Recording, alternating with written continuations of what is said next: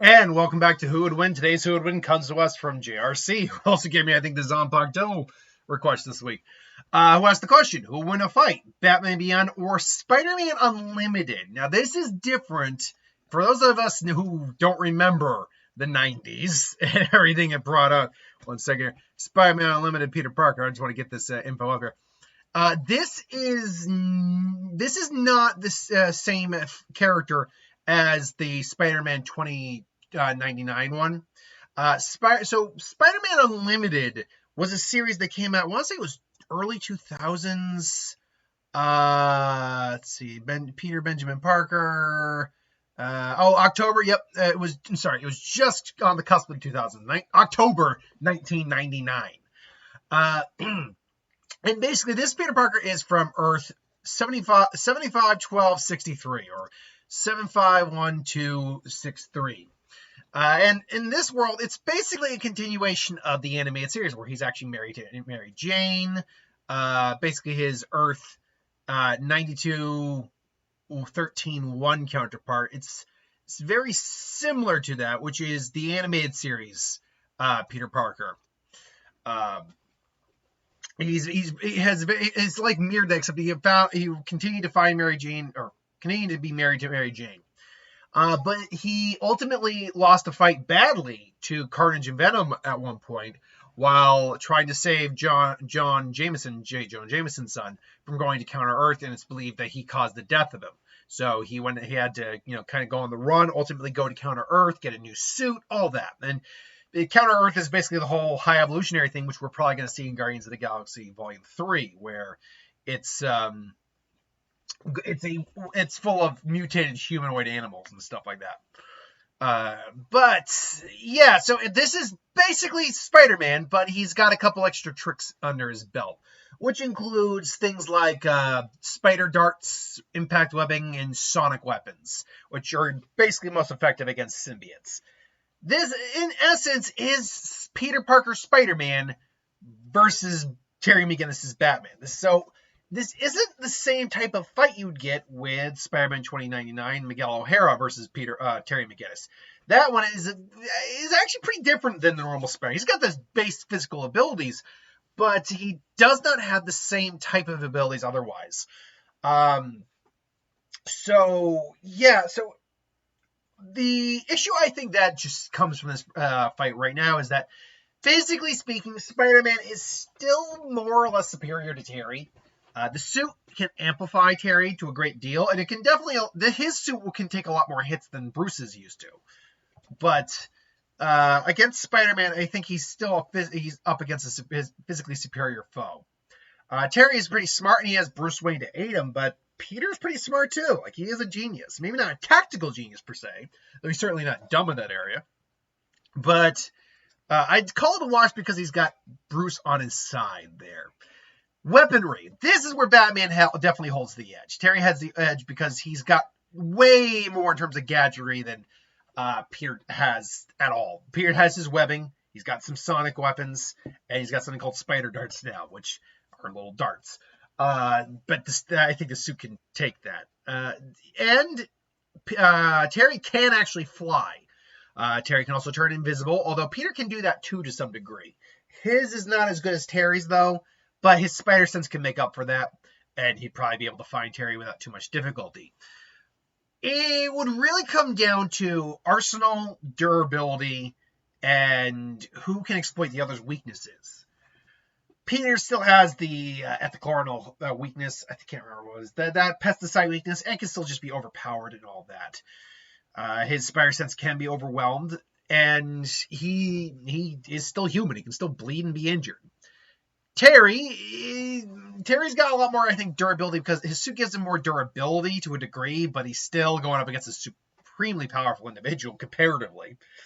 But again, he's still human as well. He is not overall as intelligent as Peter is, but he does have Batman backing him up. He also cannot outsmart. He has nothing to outsmart Peter's spider sense. He just doesn't have anything for that. So these guys meet in a fight. Batman, let's say Counter Earth Spider-Man somehow winds up in Neo Gotham, or how they call it, Gotham. I can't remember what the terminology for the future Gotham actually was. But let's see, he winds up there. How does this play out? Probably Batman thinks he's a new player in town, which he would be. And he tries to have a conversation, just say, hold on. And Peter's just like, oh, crap. Look, I don't really have time for this. Sorry about that. And so the fight really begins, ultimately, that way. And in that sense, yeah, I guess it's technically Batman Beyond who's the instigator, but it's because Peter kind of is a bit of an idiot in this case. 1 second, I'm going to adjust my lighting just a bit. Let's see, is that better? Will it just, okay, yeah, that's just, the lighting adjusted a little bit. There we go. So, Terry's going to come out of the gate with just trying to attack him, maybe throwing some gear at him. Peter's Spider Sense will do its job up until he can't block something, or maybe he gets a flashbang, whatever. If he gets a flashbang, he's going to be dazed. Terry's going to come in, probably throw him to the ground in like a bear hug, just whoop him, just crashing down there. Peter though does have his webbing, and that webbing is tough. I don't know if Terry has anything really to get either. I'm pretty sure he carries some acid on him, but I don't know if he has enough solvent to deal with that. Spider-Man is, Parker is going to basically have the overall upper hand in terms of just avoiding combat. Truth be told, and let's be clear before anyone ever because every once in a while I'll still get people who bring it up. These two would not actually fight. They team up, yada, yada, yada. Moving on. We're obviously talking about a scenario where they would fight. Because I don't get the people who actually comment on that when they know where everyone knows they wouldn't. It's more that's like, yeah, we know they won't. That's the whole point. It's just a hypothetical. So why do you have to bring that conversation in? Because there's no point in doing it. Anywho, so like I said, it comes down to who can exploit the greater weaknesses of the others first. And unfortunately, that Spider Sense makes exploiting weaknesses very tough. At least for someone who Spider-Man can keep up with, and who isn't like a speed blitzer or anything like that, or not a cosmic being or whatever. Not like a Magneto or like a Thor or something like that. So, or a Quicksilver who moves faster than Spider-Man could probably react to. So, as long as it's not someone who Spider-Man is just, nerfed by, Spider-Man can basically react to anyone. It's up to him to react, but Spider-Man can react to anyone. And unfortunately, Terry would fall into that. It would take some time, though, for him to overpower that suit, because that suit can take a lot of damage. I do think, however, it would fall down to that, and I think, in that regard, it does go to Spider-Man Unlimited's Peter Parker. This just comes to the fact that, physically speaking, he is stronger, I think, than Terry's suit, allows. Terry's suit can do a lot, and he can even fly, where Spider-Man can't really fly. He can just wall crawl. But the problem is that Terry doesn't have anything to really put Spider-Man down, at least in the sense that he doesn't have anything to put him down that Peter couldn't detect and get rid of before it happens. So, thanks to the Spider Sense. So unless he can figure out the Spider Sense and he's able to overwhelm it, which is possible if he has just enough danger going around Peter's head, then, or around Peter in general, he could in theory overwhelm it, but he'd have to figure that out.